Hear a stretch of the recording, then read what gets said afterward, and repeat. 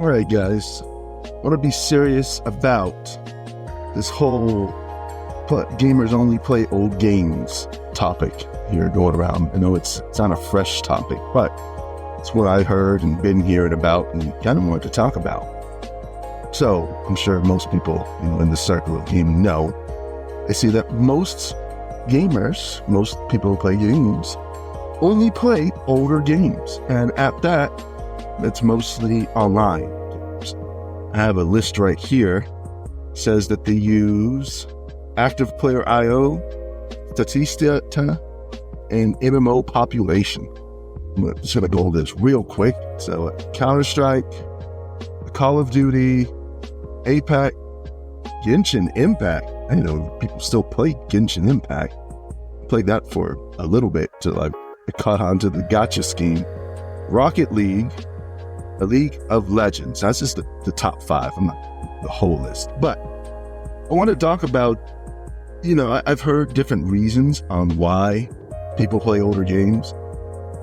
Some were that they only play live service games. I've heard that it's because it's a skill investment issue. They don't want to invest 1,000 hours in the League of Legends and then jump over to something else and try and invest another 1,000 hours. And then, the last one, definitely not least, is that new games just suck. I have not done a ton of research on this, but I still think that the answer is a little more nuanced. I believe that it's I think there's probably 2 big elements here. The first is the generation of gamer, right? I'm definitely a millennial gamer.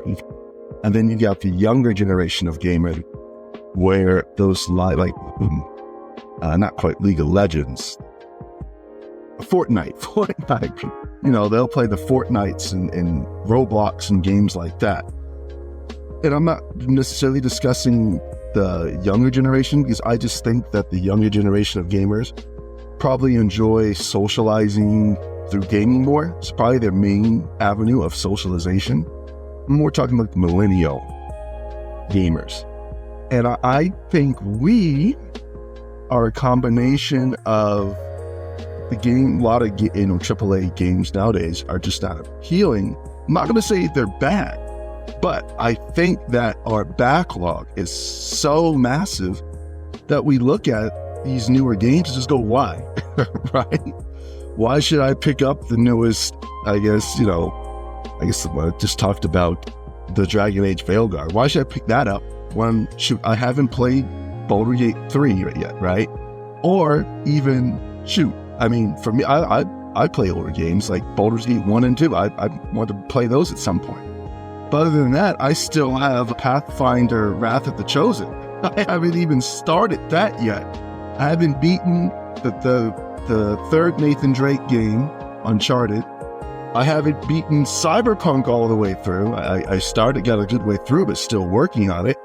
I haven't finished my Imperial run for RimWorld. For those of you who know, right? It's a simulator. And I got the Paranormal DLC I bought for it. I haven't beaten friggin' Detroit. Even that's not a long game. I still play it, when I get a chance at night. Got partway through Cult the Lamb. The Lamb is, I feel like it was a little overrated. It's fun, but it's not phenomenal. I'm getting off track. Anyways, and then not to mention, the games are so expensive nowadays, which I think that's a whole other topic on its own, is the price of gaming nowadays. It's ridiculous. But, just like, I went to go buy Sparking Zero and like $75. Good grief. Anyways, so I really do think that we, millennial gamers, are opting to buy these older games, to play these older games, because why play the new ones? Why add another game to your backlog when it's kind of subpar? And I think that the gaming industry is going to run into huge problems with that because they're saturating the market with really, these B-tier games, and yet pumping all this money into it, right? Like, why should I buy Assassin's Creed Shadows? I mean, don't get me wrong. I'm not on the bandwagon with that game, with the controversy. I just looked at the gameplay and kind of the direction they were going with it and I played Odyssey. That was okay. But why should I buy? Why should I spend $75 on this? And then, games like Conquered came in with it because why? There's other live service games that came out and they're just much better and still going. I really think they're going to have to change their game up entirely and how they do this in the future. It can't keep going like this. The indie scene. The indie scene has some awesome games. I don't know if you guys heard of a game called Kenshi, but shoot, I put too many hours in that game. They're coming out with a part 2 in the next few years. And I'm hyped for that. I'm hyped for that for any other major AAA game right now. And that's a shame. I still have the last DLC, Wine and Blood for Witcher 3. I know you might be thinking like, oh, come on, man. Like, at this point, you're just putting games down before you finish them. And to a degree, true. You're in a mood for certain games at certain times. At least that's how I am. So, I'm a mood for The Witcher 3. I'm a mood for Cyberpunk. So I'll play them in like rotation. So, yeah, I just wanted to give my thoughts on that. Again, this is not scientifically based or anything like that. Though, I guess let me jump to the younger generations of gamers real fast. They play all of these live service games. And this is not, also, you know what? Let me wrong. It's not exclusive to them.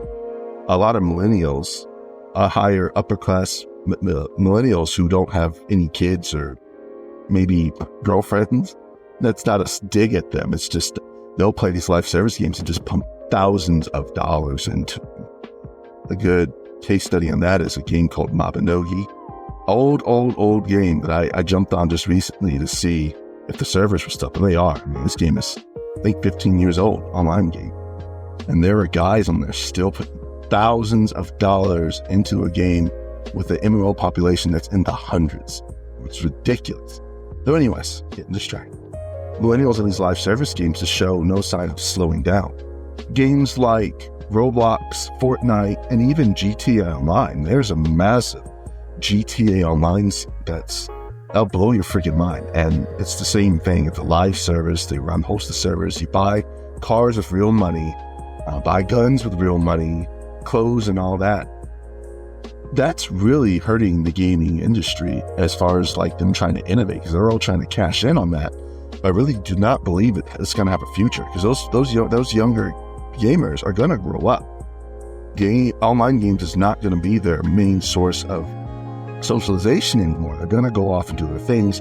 You can argue that there's going to be another generation behind them, though there's no guarantee that generation is going to follow the same trends as this one. I mean, think about us when we were younger, these didn't exist.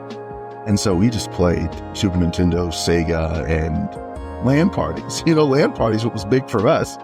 Yeah, I guess we still used gaming as a socialization medium to a degree, but not as heavily as this upcoming generation we have right now. So I could really see another game crash.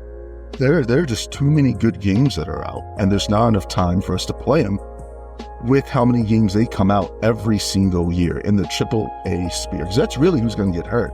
Indie game scene won't, I mean, they are not pumping $100 million into a game and with a 10-year development time.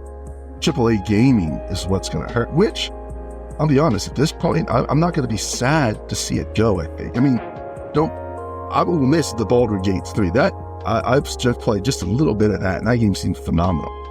Though, the other stuff we got coming out now, I'm not going to say I'm going to miss it. I would like to see it return to form and just build back up. Earn its place back to where we are now. Anyways, guys, this is where I'm supposed to say like a catchphrase. I've been thinking about it. Like, how about, so stay serious, guys. How about that one? Don't know. Take care. Until next time.